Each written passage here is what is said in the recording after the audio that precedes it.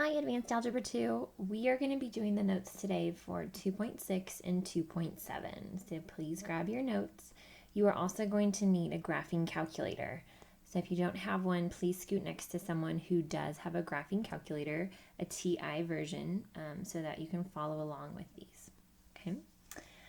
So here we're going to start. We're going to sketch each function using the graphing calculator, briefly describe the transformation of the parent function. Okay, so notes 2.6 and 2.7 are families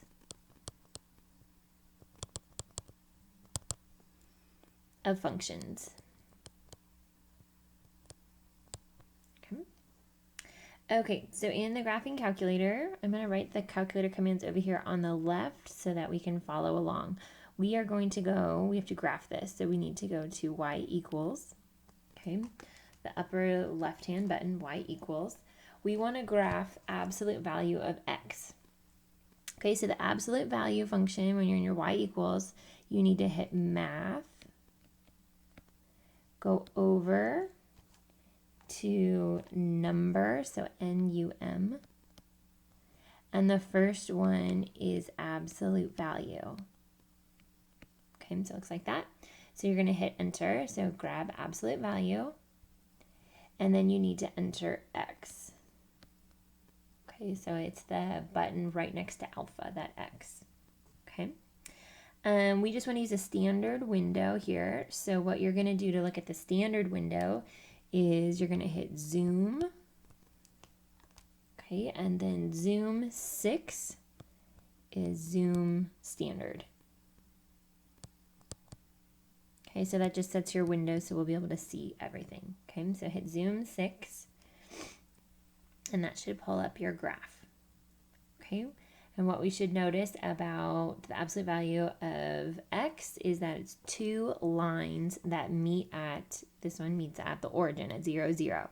Okay, so it's not a curve like a parabola, it's straight lines coming out of the origin. And my pen's a little off, but it should come right out of 0, 0. Oops. What we're going to be talking about today are shifts and how things change. So first we're going to start by looking at them in the calculator, and then we're going to try to just predict what's going to happen without having to change the graph each time. Okay, so for this one, we're going to go back to our y equals. We want to leave it at an absolute value of x, but at the end, after we close our absolute value, so you need that parenthesis, then we want to do minus 4. Okay, so back in our y equals, go minus 4.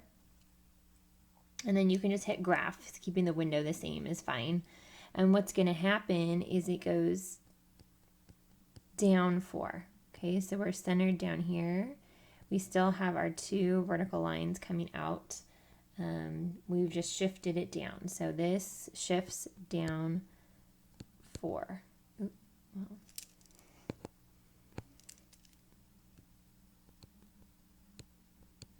Okay, there we go. And that's because we had this minus 4 on the outside of the absolute value. Okay. When we have a plus 1 here, can we predict what's going to happen?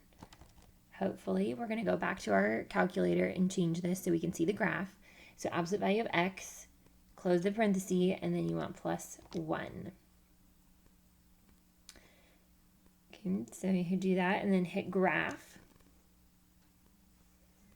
And you should see the absolute value function shifted up 1. Okay, we've got this plus 1. So we still, again, have our two vertical lines coming out. Sorry, that should look like it goes through 1. Okay, so they're coming out of 1 right there. Okay, sort of. Okay, so what happens here, it shifted up 1. Okay, and we can tell that by this on the outside of the absolute value. And if anybody's having any calculator difficulties, please just pause this and help each other out so that everyone's on the same page. Okay, so on the right over here, we want to talk about generally what is happening. So if I gave you different numbers, could we figure out what's happening? So here we're talking about a vertical translation. Okay, so vertical translation, which is basically just a shift. we're moving the graph up and down. Okay, so the general form when y equals some function f of x and then plus k. So that plus k is on the outside, like we did absolute value, it's on the outside. We went up, that's just an arrow, sorry. This pen is not working so great today. Okay, so we have k. What happens here is, yeah, we go up, k, my goodness, sorry, k units.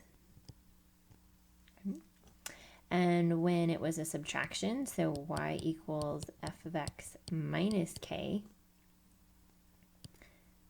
we went down k units.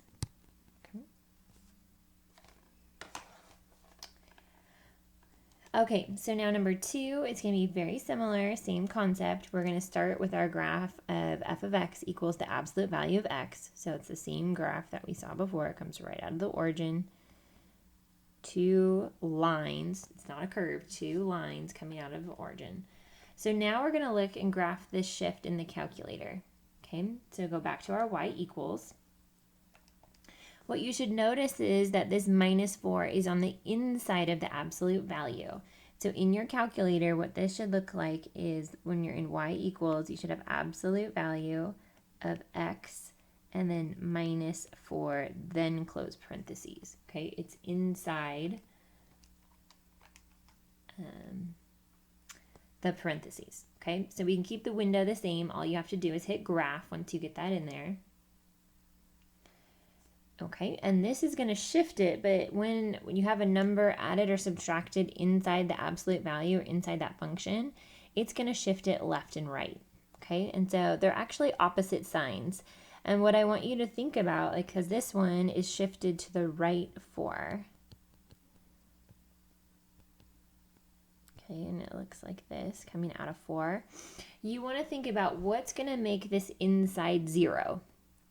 Okay, because that's where our coordinate is, the y equals 0. So what makes this 0? I have to plug in a positive 4 to make that y coordinate be 0. So that's why our vertex of this absolute value shifts to 4, 0.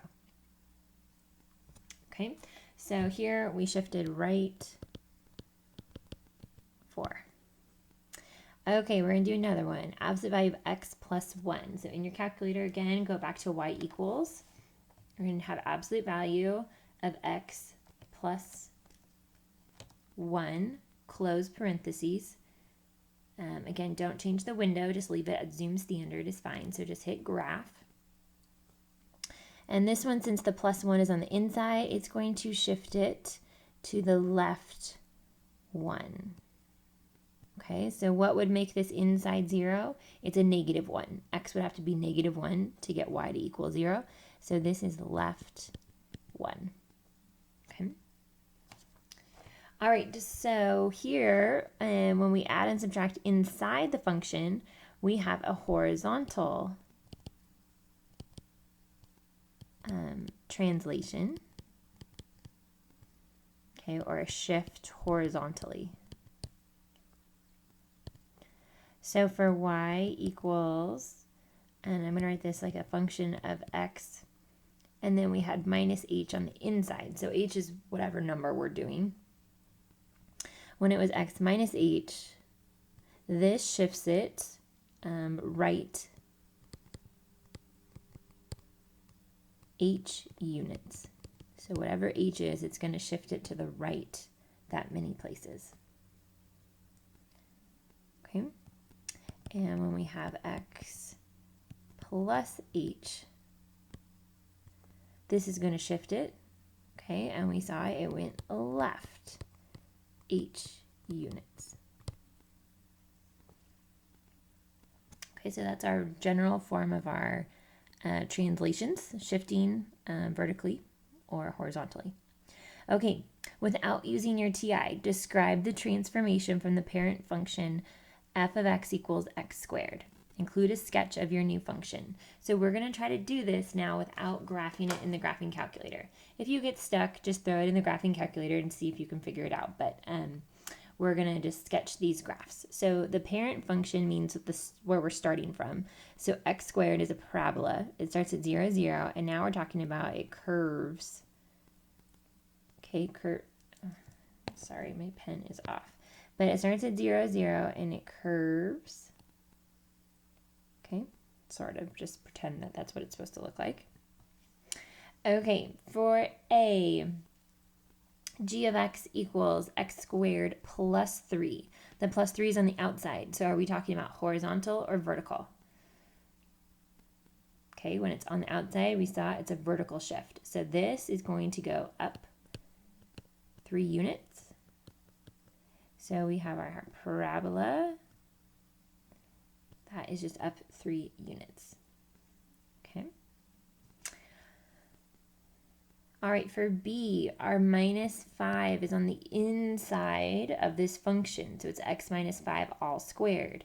This means that we're going left and right. Okay, I want you to think about what makes this inside 0. It's a positive 5. So we are going to go to the right 5 units. Okay, and we've got our parabola. It's just centered at 5, 0. All right, putting both of those things together for C, we've got something on the inside and we have something on the outside. So the inside, opposite signs, we have to put in a negative 3 to get that to go to 0. So we're going to go left 3. On the outside then, minus 2 means we're going to go down 2. Okay, so starting at 0, 0, we're going to go left 3, down 2.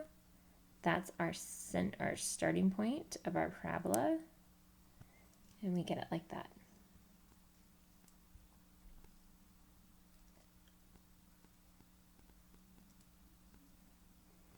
Okay, problem number 3. I'm going to have us do this in our calculator just so we can see in case you don't know what the square root of x looks like. So go to y equals, and we can clear out the absolute values that were in there. You want to do square root.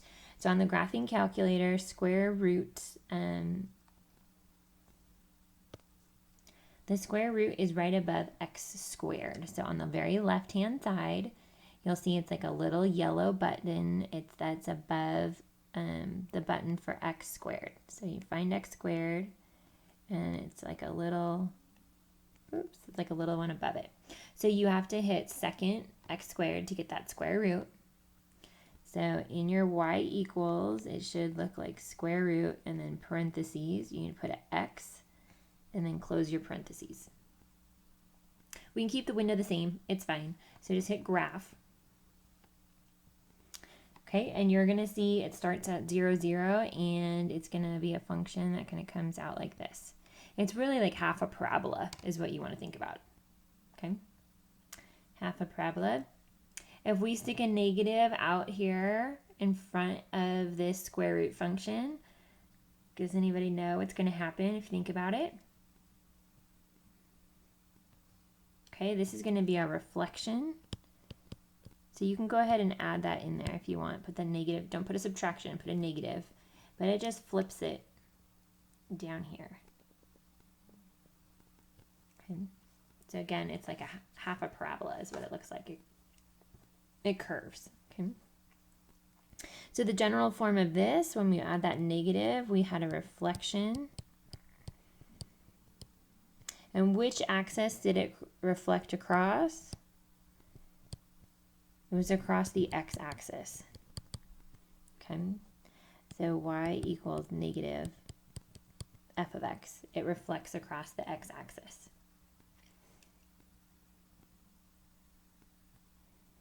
All right, so here we're going to talk about reflections. So without using your TI, we're going to start with our parent function and then move it around. Okay, so absolute value of x. We haven't done anything to it yet, so it starts at 0, 0. We've got our v, straight lines on each side. For a, now with g of x equals a negative, okay, we've got that negative absolute value of x. It's going to be our reflection across the x-axis. Okay, so it looks like a mirror image of it over the x-axis. So that means that it's going to be pointing down. Okay. If you get stuck on these and you can't remember, if you don't have your calculator, just plug in some points. When x equals like 5, plug it in. Well, y is going to equal -5, so we're going to be down at 5. Same, even if you plug in x is like -3. Absolute value of -3 is 3, but then we have the negative on the outside, it's still going to be negative. So if you ever get stuck, you can always like plot a little points and figure out where your function is. But hopefully this will help you so that you don't have to plot points every time. Okay. Okay, for B, we've got this negative sign out in front, so we're going to have the reflection across the x-axis. What do we do with this +2 on the inside? Okay, you got to remember, is it shifting vertically or horizontally? Okay, this is a horizontal shift. So this, the opposite sign, we're going to go left 2, and then it's going to be a reflection across the x-axis. Okay, so we're going to go 1, 2, reflect down. So we're pointing down. Okay, reflection, so we have that negative, so it's going down. All right.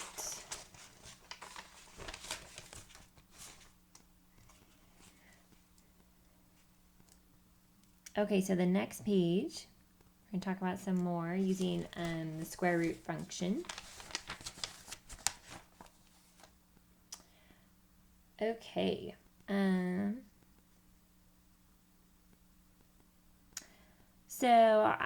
I think we're going to start, just so I can show you, I'm going to have you start this in your calculator. So square root of 16 minus x squared. Go ahead and go back to y equals. We're going to do square root and then do 16 minus x squared. And please help each other if you are getting stuck on sticking these in the calculator. Go ahead and help each other out.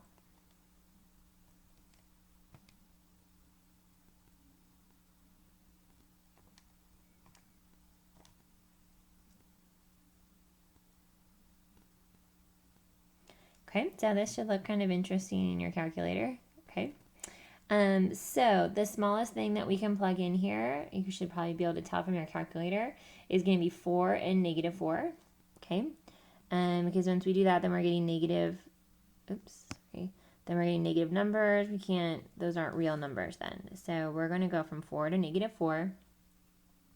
And then can we tell from your window where this max of this curve is? You should be able to tell. Yeah, it's at 4. Oops, sorry. 1, 2, 3, 4. Little point. Okay, and it's definitely curved. So this, it's like a parabola, but we can only have it be positive. Okay. Okay, so that's the parent function. So I want you to be able to see that. The other two, I want you to be able to just translate from that. Okay. So we have a 2 out in front. Okay, what's going to happen with that? The 2 in front? Well, actually, let's go ahead and graph it. So go back to your y equals. To just put a number in front, it'll probably overwrite it. So you either have to rewrite the whole thing, or you can do second, and then the delete button will insert something. So second, insert, and then 2. And then that lets you write a 2 right in there. Okay, so you're inserting it. Otherwise, just rewrite the whole function. Okay, when you hit graph,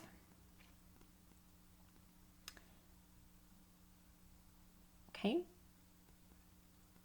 we should still be, we can still plug in 4 and -4 for our x. Those are the largest and the smallest x values we can do. But what happens? It gets, it's twice as tall. It goes up twice as high. You should be able to see. So it's going up now. 1, 2, 3, 4, 5, 6, 7, 8, up to 8. Okay. So it should look like that. It's twice as tall. So if that made it twice as tall, what's going to happen when we multiply by 0.5 or 1/2?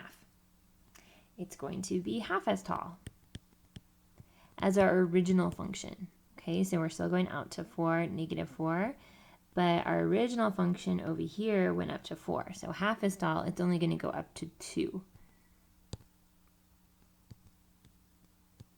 Okay, so we have this little arch that goes up to 2 and then back down. So our general form, this is called a vertical stretch or compression. Okay, compression is just when it gets, shorter. For y equals a times the function f of x. So if a is greater than 1, so like when we multiplied by 2, 3, 4, anything bigger than 1, it's going to be a vertical stretch.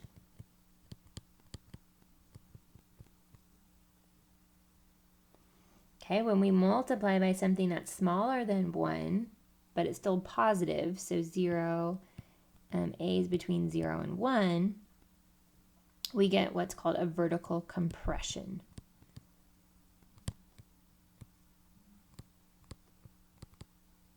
Okay, because it shrunk it, basically. The height went down. Okay, so when you multiply by those, that's what happens there.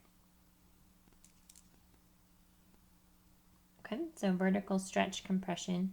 So you've seen all these different components, moving it left to right, up, down, and then either stretching it or compressing it. Okay, without using your TI, describe the transformation f of x equals absolute value of x. Okay, so see if you can take a minute and figure this out, what these things are going to do to this function.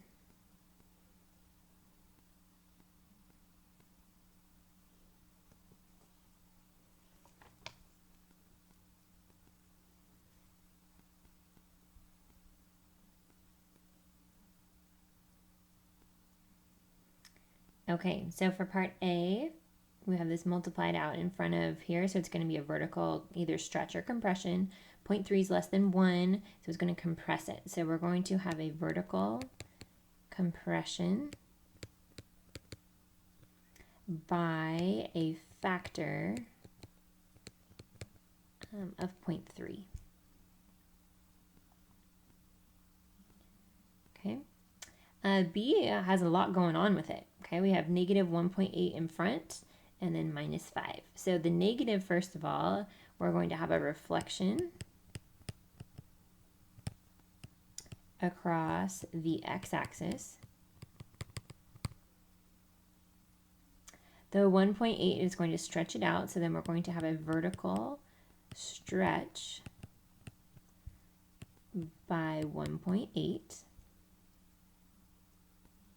And then this minus 5 is going to shift it vertically down 5. Okay, so we had a lot in that one.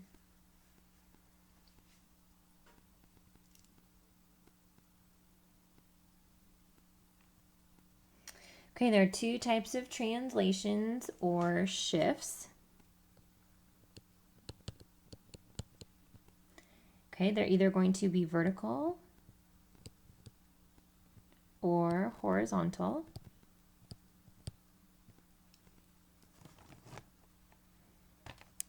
And then there are two types of reflections. We're either going to go across the x-axis or across the y-axis.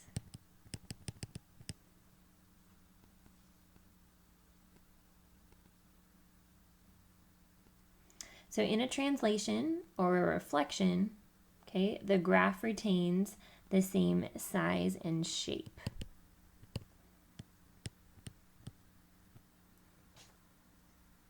Okay, it retains that same size and shape. Because in that case, we haven't stretched it, so we haven't changed, yeah. Okay. The remaining transformations are called stretches or compressions.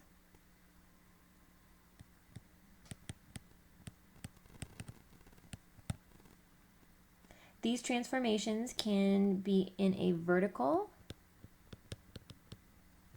or a horizontal direction. But the size and the shape of the graph will change. Okay, now we're stretching it and compressing it, so the size and the shape will change once we multiply by that number in front. Okay, the stretch and the compression.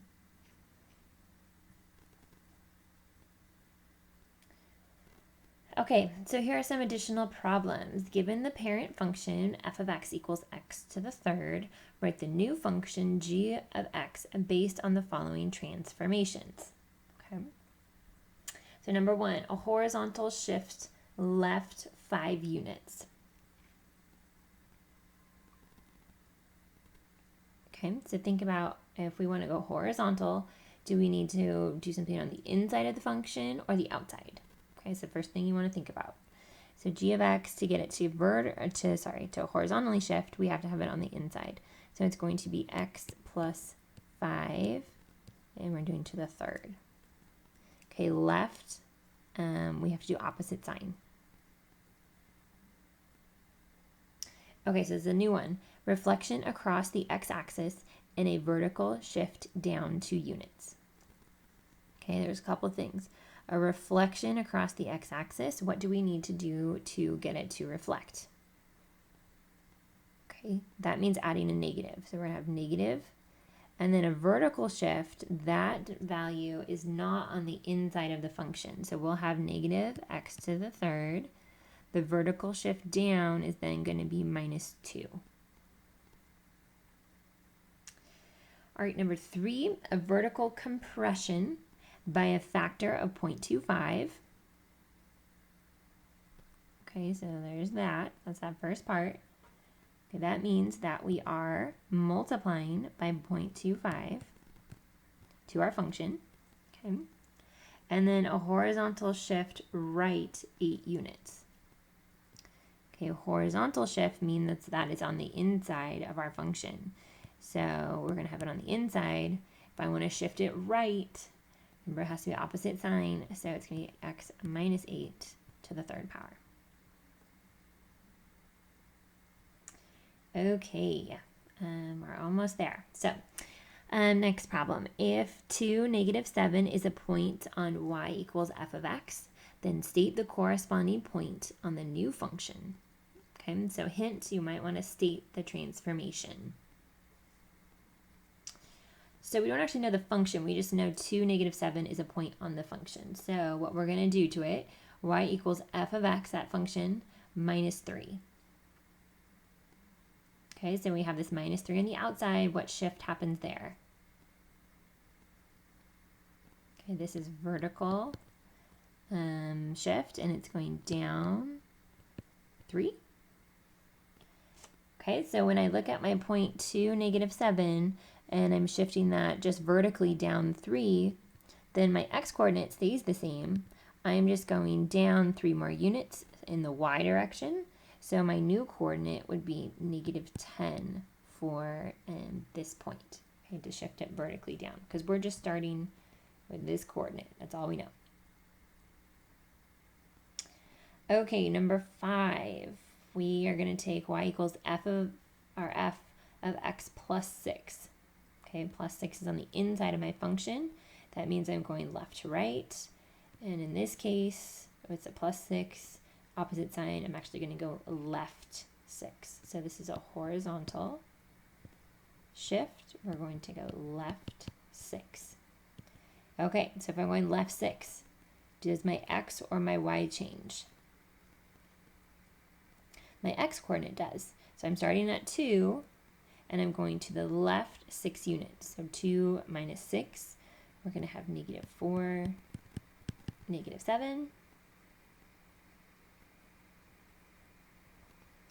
And then finally, number 6, we've got a couple things going on here. We have this 5 in front. We have a minus 3 on the outside. So the 5 in front means I'm going to have a stretch by 5. Okay, it's going to get stretched out. And then we're also going to shift it down 3. Okay, so let's look at this. Okay, so we take the point 2, -7. It's going to get stretched by 5. So stretch means that my x-coordinate stays the same, but my y is going to get stretched out. So instead of being at -7, we're going to stretch it out, and it's going to go to by 5. So multiply by 5, it's going to go to -35. Okay, because we're like elongating that graph, so we multiply by 5. You can also think about, just like plugging your x into this equation and figuring out what happens. But okay, so that was just the stretch by 5, and then now we need to take this coordinate and then go down 3.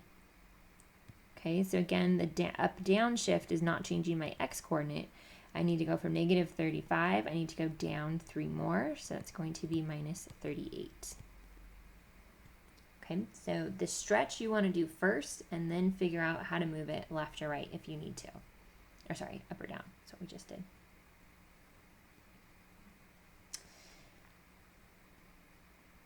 Okay, number 7 and 8, they give us a graph, and they ask us to translate the graphs, okay, based on how they've changed the function. So this is the original graph, y equals f of x.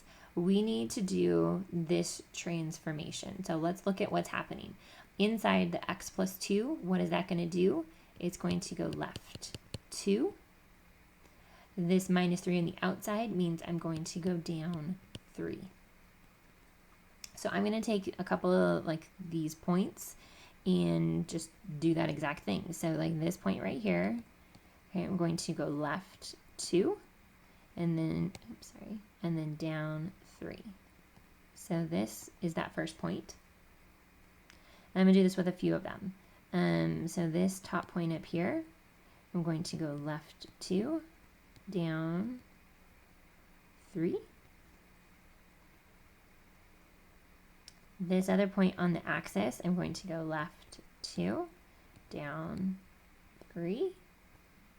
And the final endpoint, left 2, down 3. And then I'm going to connect them. And they should be straight lines if you can draw them straight. Okay, so you just want to figure out the shift and then try to graph that. Okay, number 8, y equals 2 times f of x. So this is my f of x function. What happens when I multiply it by 2? We are going to stretch it by 2.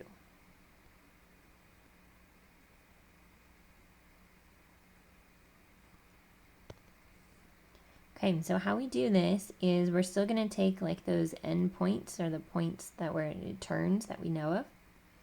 And so the first one is x is 1, 2, -3. So over here I have x is -3. The y is -2, but I need to stretch that by 2. So if it's at -2, I'm going to multiply by 2, so I get -4. So my x-coordinate stays the same, but now I have this value down here. So it's -3, -4. And we're going to do this for each of these major points. So the next one, when x is -1, our y is at 3. I'm going to stretch that by 2, so it goes up to 6. So 4, 5, I'm kind of off the chart up here a little bit. This one at 1, 0. Well, oops, sorry. Can I stretch 0, that coordinate at 0? No, 0 times 2 is still going to be 0. So that one's actually going to stay right there. And then the one with x is at 1, 2, 3, when x is at 4, we have a +2. We're going to stretch that by 2, and it's going to go up to 2. Okay, so now this is how we just connect those points. And it's going to be a stretch. Ooh.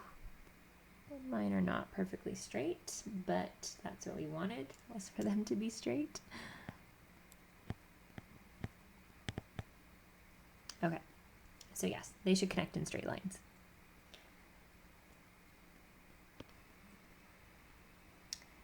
All right, and so we're going to finish up kind of with just going over a plan on how to do your homework and how to do these types of problems. Okay, so think about a plan. When it tells you to graph y equals 4, absolute value of x minus 3 plus 1, list the vertex and the y-intercepts, if any. Okay, so we're going to kind of break this down into some pieces to actually get there. So what is the problem asking you to determine? Is there a vertex was the first thing. So is there a vertex? And then x and y intercepts. Okay, that's what we need to find. Number 2 is, what is the parent function? So if we're talking about translations and stretches, what's the original function that we're talking about here? Can we tell? Here it is y equals absolute value of x. Okay, that's our original function, and then we're going to translate it and stretch it. Okay, so planning the solution. What do you know about the function y equals for absolute value of x minus 3 plus 1? Okay, so the actual look of the graph, it's going to look like a V, because those are just quotes around it. It's going to look like a V because it's an absolute value. What else can we tell? We're going to translate this and shift it a lot, so it's not going to go through the origin.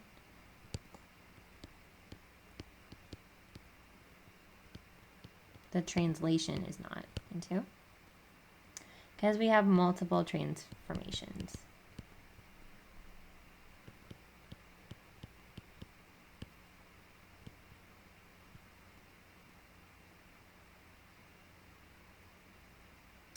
Okay, so we're going to start with graphing the parent function.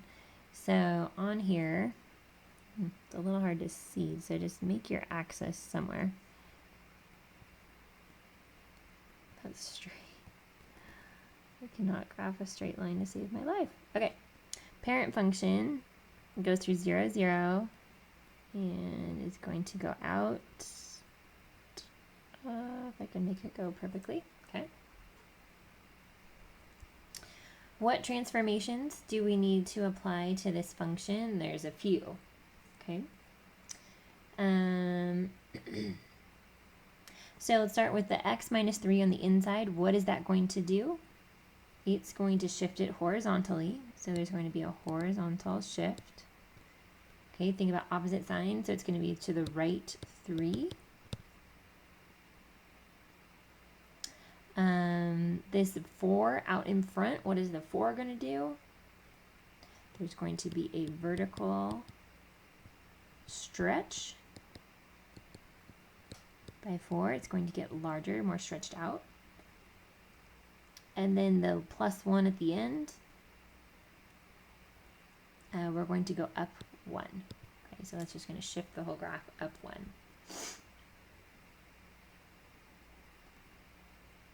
So graphing here, so what is the vertex of the original function was 0, 0, and so let's see if we can figure out of our new function. Okay, following our translation, so that's where our parent function started. We're going to go horizontal right 3 units. Okay, so that brings us to 3, 0. We're going to have a vertical stretch up by 4. But because we're on our y coordinate is 0, when you multiply that by 4, we still stay at the 3, 0. Then we're going to move it up 1. Okay, so from that point, we go up 1, so we're at 3, 1. So if we're starting at 3, 1, it's an open, like, absolute value that's going up. Do we have any x-intercepts? Is it going to hit the x-axis? Here, there are no x-intercepts. Okay, so when we graph this, okay, our vertex here is at 3, 1, and it's opening up. So there are no x-intercepts.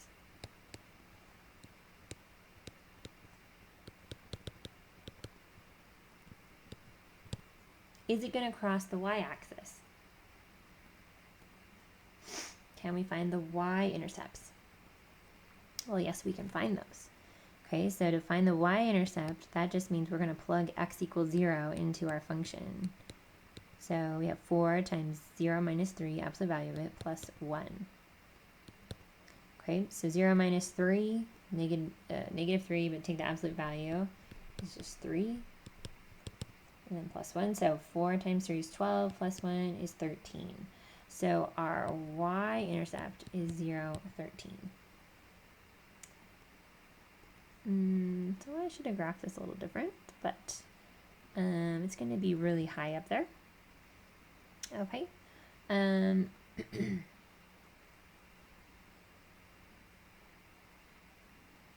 But what we can figure out is, like, our original function had points of like 1 as 1, 1 and negative 1, 1, because we're just going vertically on that line. So let's figure out what happens to, we can at least just graph the points next to it.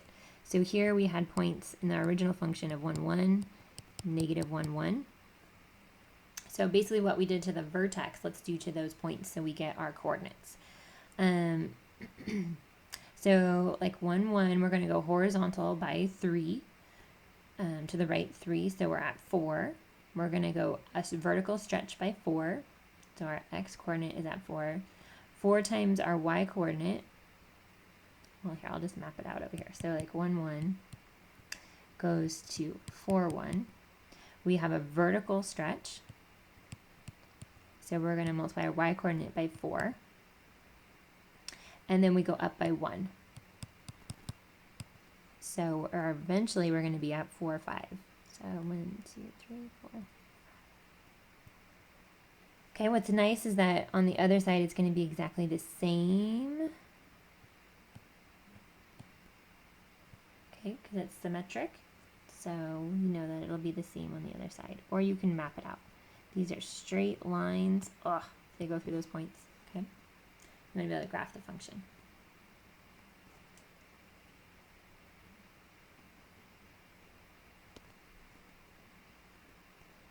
All right, that's all Algebra 2. Thanks so much. I will be back next week to answer any questions that you have. Do the best that you can on your homework, and we will talk some more. Thanks.